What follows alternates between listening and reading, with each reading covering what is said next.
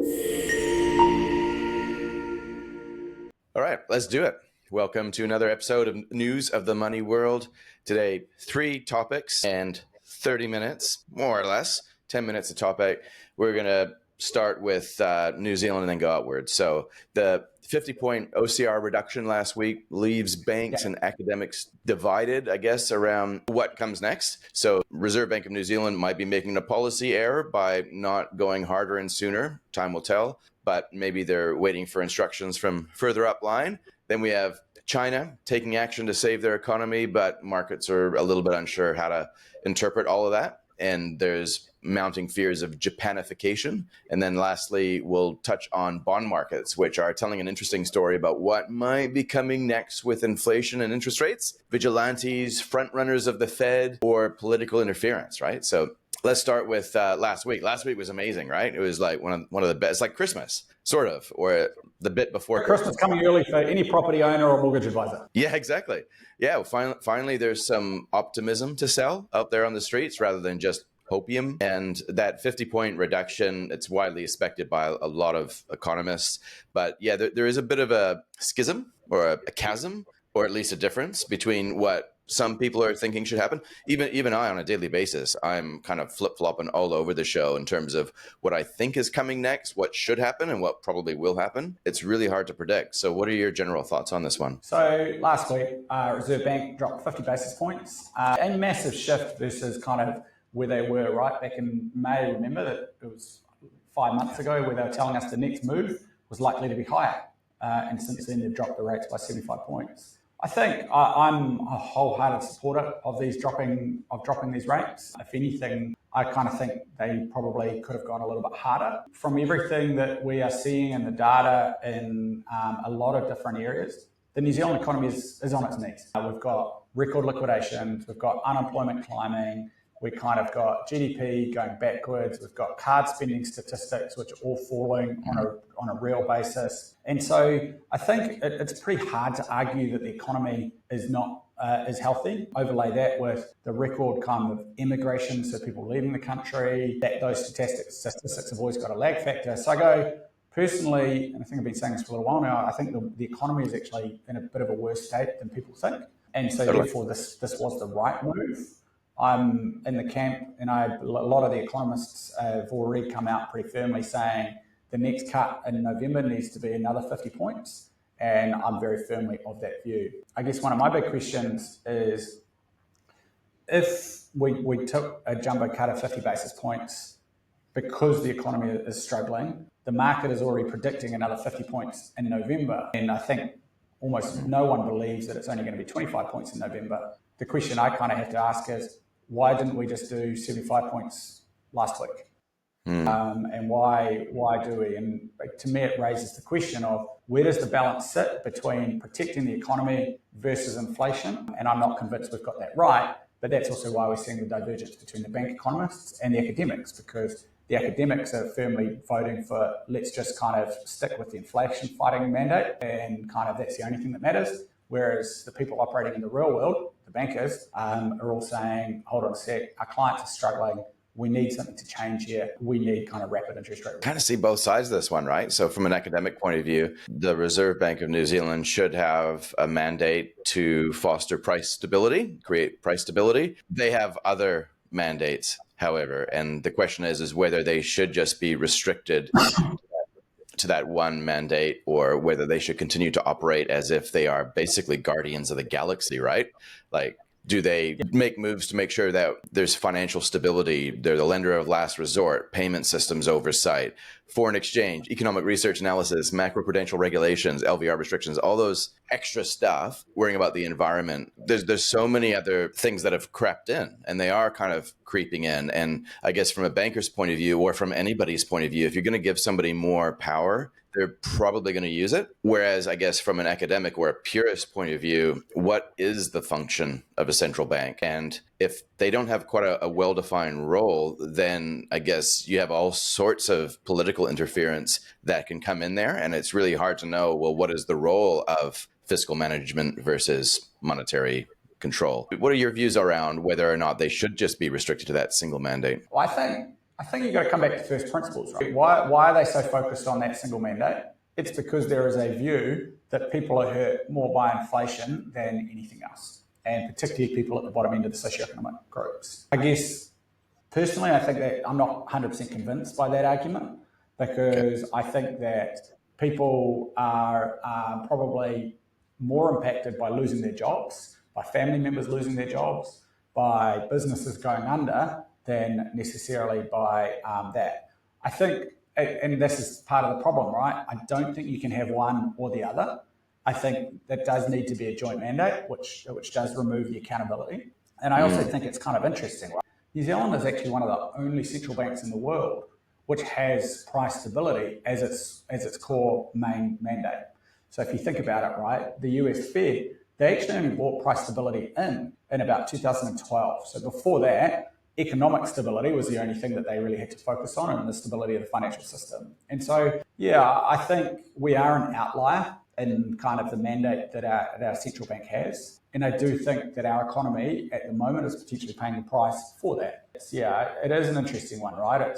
I do have to ask the question of, we have, I don't know, I'm guessing 20 or 30 PhDs sitting in our central bank. US Fed, they might have 2,000. Why do we believe we've got better theory than everyone else in the world? And that's the bit that I struggle with a little bit, right? So yeah, that I'm definitely on the fence there, right? I don't think they give up on the mandate on inflation, but I do think an unemployment mandate protecting the economy is equally important, right? Because I do think there are costs to not do. Yeah, but I guess the more things that you bring into the fold of things that are important that we need to deal with, you also need to think about who's been given the job to actually deal with it. Are they even democratically elected? And like you said before, like the Reserve Bank of New Zealand is rather unique in terms of the set of powers that it already has in terms of their influence. Where's the accountability? But I would go, a lot of that stuff has been overreach, right? So I think you can go, they should have two very clear focuses, right? Or three very clear focuses, right?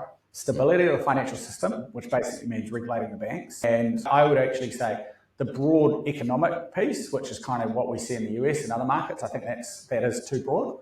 But if they were to go unemployment, right, that is a single measurable fact, and inflation. And then I think you've got a pretty clear set of guidelines that they can't really stray from. But I do think it kind of gives them that balance. It's not one or the other, right? Because at the end of the day, what is their job? Their job is to protect people. And I think if we kind of keep on bringing it back to that piece, then that's where those two things need to work in parallel, right? It shouldn't be jobs or inflation. It needs to be jobs and inflation, and trying to figure out an appropriate balance. Okay. All right. Well, would be my very strong. Okay. Yeah, and let's keep going with that idea of, I guess, centralized authority having some degree of influence over our lives. And let's talk about China, right? Where else can you go in the world to see like the pinnacle of power and control and centralization, especially with Xi Jinping at the helm here in China? So a lot of the people, a lot of the advisors, a lot of the experts around him would not necessarily be as free as they would hopefully be here in New Zealand if they saw something going on that they would want to challenge. And as a result, you will likely see the fruits of either a genius at the helm or somebody who's narcissistic. Well, I guess they're all narcissists, aren't they, at that level, surely. Yeah. But let's talk about the China stock market, right? Classic yo-yo systems going on here. With one week, the stock market has fallen like a stone. The next week, it's pumping over 20%. The markets seem to be a little bit disappointed with the amount of stimulus going on, but they're doing their best to steer themselves away from the ditch. Japanification is a term that I'm trying to learn as much as I can about right now, and it doesn't sound like a very good thing for a whole host of reasons, but that seems to be the term that's being bandied around from China and what could be coming next. So what are your general views around whether or not China's stimulus going on is actually going to be enough, and what do you see coming next? It's a really hard one though, right? Because they've been very generous to the property sector, and we kind of know property's caused a lot of their problems in the past, and so that politically that would have been a big capitulation, because the point of this has been to kind of break the reliance on the property sector, and so they're almost giving up on that. There's been a lot of support to the stock market, but unfortunately, there hasn't been the direct support to the consumers and to each individual person that had been hoped for. And I think that's really interesting, right? Because it almost shows how far the politics and expectations have come in the last probably well, I'd argue in the last 5 years, right, where immediately the economy was struggling and all people all around the world going, no, don't worry, the government's just going to step in and save it. So we talk about the don't fight the Fed, we talk about don't fight the government, and actually here was a perfect example of massive expectations that, you know what, the Chinese government was actually just going to follow through with the typical playbook. So coming back to a huge number of the points that you've been talking about over the last couple of years, it's kind of that kind of guiding force and that central intervention into the economies. And unfortunately, as much as all of the kind of the market and capitalistic or the market orientated people love to kind of rail at government intervention, they're now screaming the fact that there's not enough government intervention. So you do have to kind of laugh and believe that there is a little bit, there is a certain irony to all of that. So it's kind of interesting what's happening there at the moment, right? Because I think it demonstrates where investors now, how investors expect governments to play and kind of where they are actually playing. The second point around the you said the great word, Japanification. Japanification just rolls off the tongue. Of the economy, 100%. Basically, you've got population decline, you've got a massively overheated property market. You've also, though, one thing that China's got, which Japan never had, was that strategic tension between the East and the West, which means their export markets, and you saw actually export demand fell, and that number came out overnight for the first time in a long time as well. So it is starting to look increasingly difficult for the Chinese economy, right? Particularly when you put the long-term population trends on top of it, where the Japanese population has been slowly shrinking. But actually, I mean, the Chinese population over the next 50 years, it's meant to halve. I mean, that's not a slow reduction, that's a humongous reduction, right? And so it is hard to see, because what all of that means is you end up in a world where you go, well, population decline means property prices are likely to keep falling because there's too much property. You've got to build all this infrastructure, which never gets properly used, never gets properly amortized. Kind of all of that drives deflation. Deflation ends up in a world where basically everyone sits there and goes, hold on a sec, I'm not going to spend today because I'm kind of better off saving my dollars because I'm going to be able to buy more and more in the future. And then you end up in a world where people stop spending, which then kind of turns itself into that self-fulfilling prophecy. And look, it's going to be really hard to see how that comes out of here, right? Because no matter how much the Chinese government spends, the only real answer, personally, I think they've got is going to be bailing out the property companies and probably taking the bulldozer to half these projects that haven't yet been completed. Well, there's one other idea, though, right? But they also could just do something which is completely unthinkable, and they could actually start appealing to people like you and I, Rupert. Come join us. Come move to our country. Open up the doors. Kind of like how the Western countries have used immigration as an offset to this demographic trend. Why don't Japan and China and anyone else who's having this problem open up the floodgates and actually welcome us Westerners in? Do you ever see that happening? No. Short answer. Should we force you into giving us a reason why?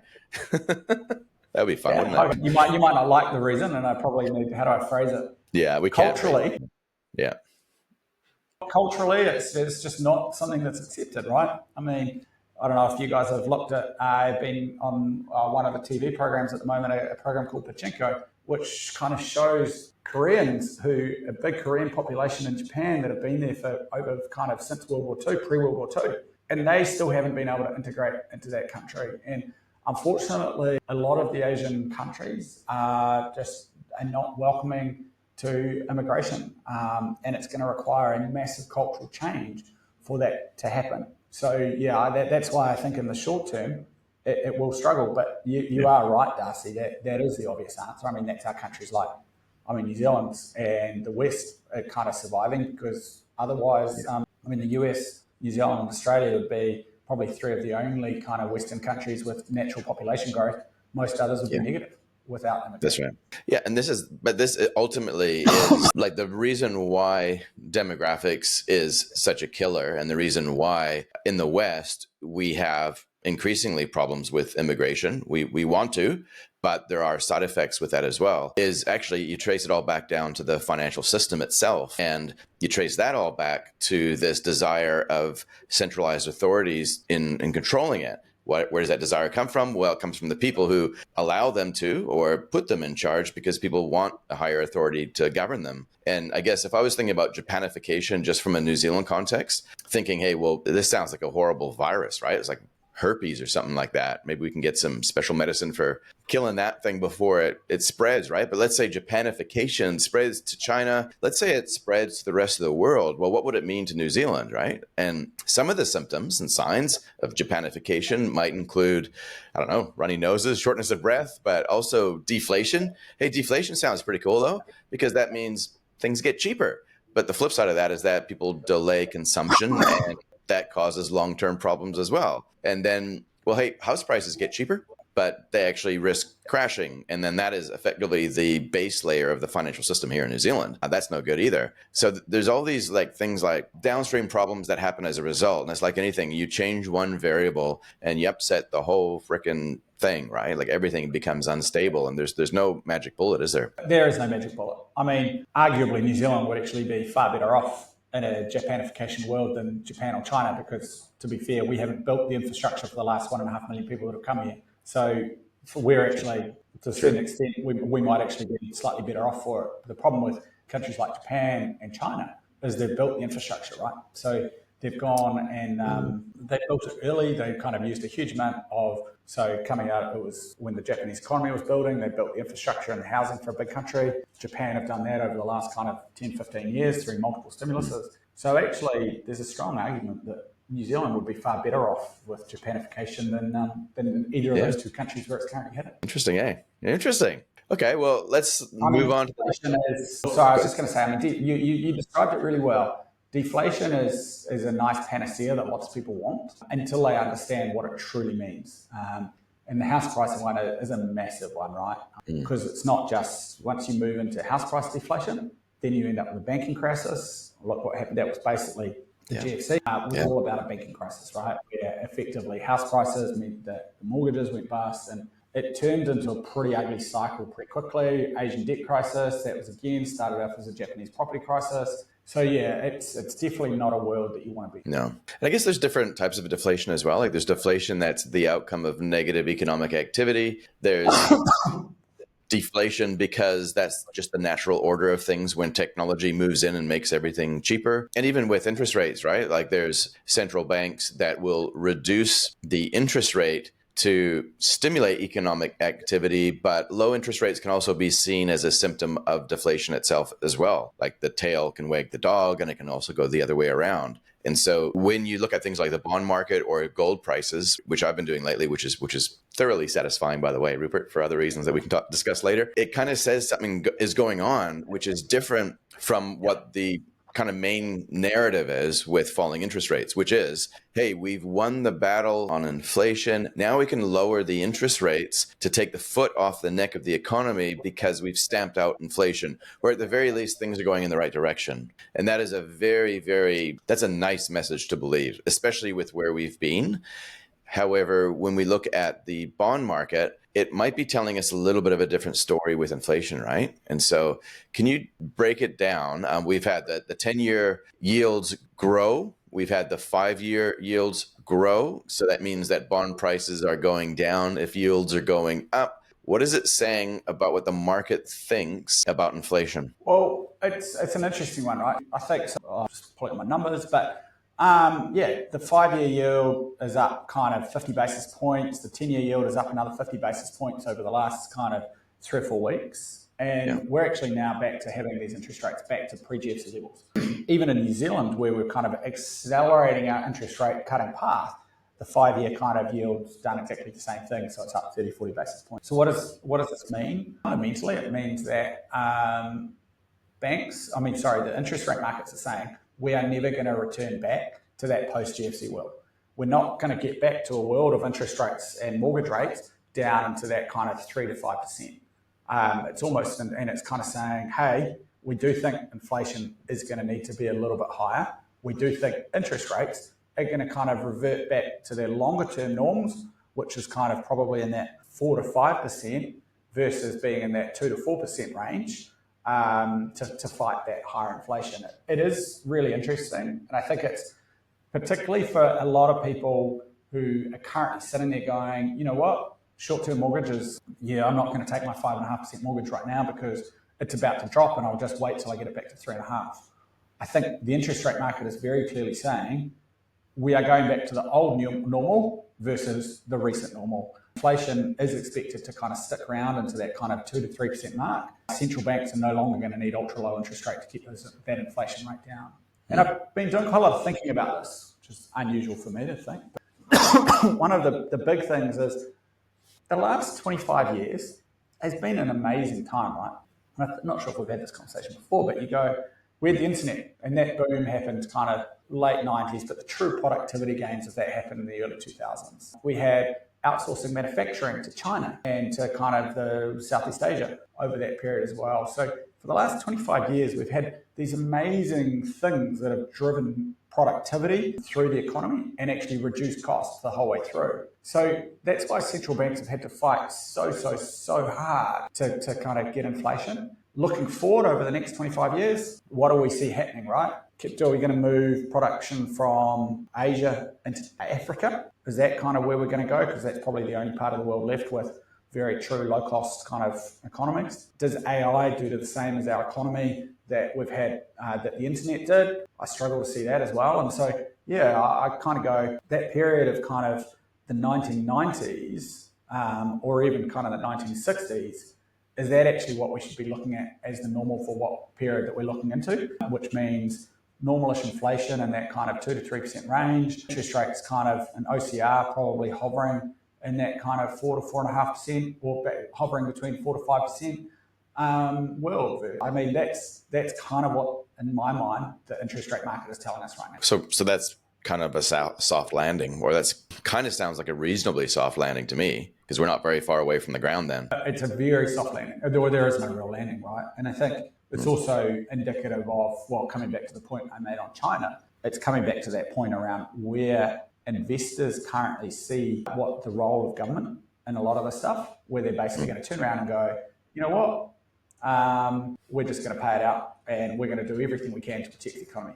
And actually, that's what we saw a couple of weeks ago or a month ago with the US Fed, where effectively what they did is they said, you know what, inflation's probably still a little bit high, but we're petrified about the economy, so we're going to put through a 50 basis point cut. If there was ever a sign of where their priorities lie, that was it.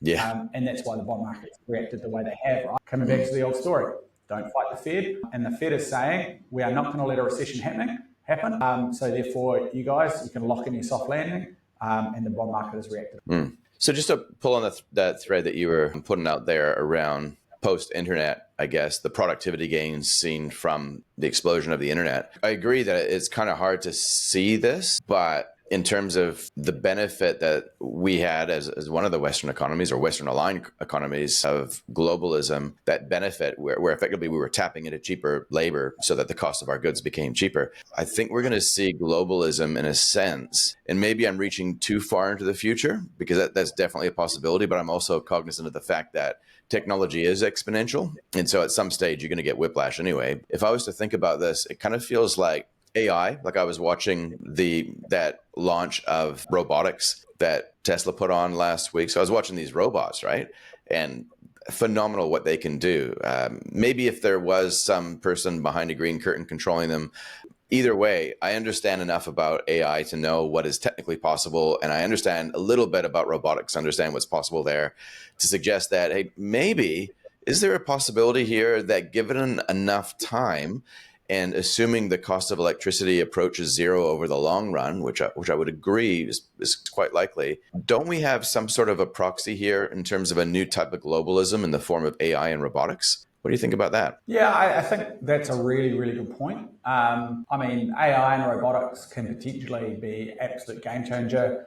The second point you raised is, I think, probably more real and more important as well, where kind of the solar boom and renewable energy and what that does to energy prices. Yeah, I mean, there are a lot of things that could be there, right?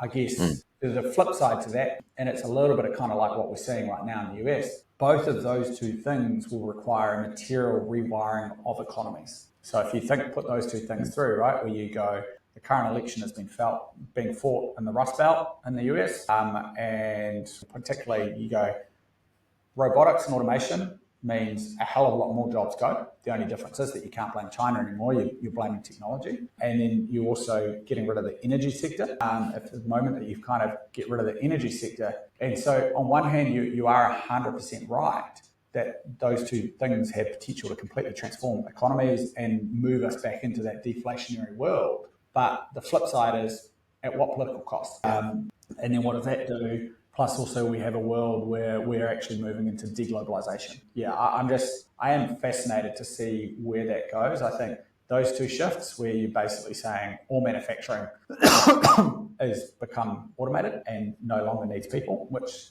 I agree, we shouldn't be too far away from that. That's what does that do to kind of society, right? Where low-end jobs are gone. It's a mess. But hey, welcome to creative destruction. The reason why that destruction word is put on the end of it is that whenever there's like a new advancement, there's always side effects which create a lot of uncertainty and, dare I say, even instability, which kind of explains where we're at in the world right now. Yeah. Man, we've covered a ton of ground, as usual. 3 topics, 10 minutes. Almost nailed it, I'd say. Rupert, well done. We didn't even really get onto some of the other spillover conversations that could be spawned off of this, but perhaps we can watch this episode before we have our next conversation to pick it up next week. How's that sound? Perfect. Yeah, there's definitely a whole lot happening right now. It'll be fascinating. And then the other point that's going to be fascinating to see next week is the betting markets have switched, right? And so Donald Trump is kind of now in a world of winning, and we see the stock market go for it, which is actually it's really interesting, but more on that next week. Yeah. And hey, should we talk about geopolitics as well next week? Because there's stuff going down there too. So, all right. Yeah. Have a good one though, Rupert. And thanks for the chat today. Thanks, Darcy.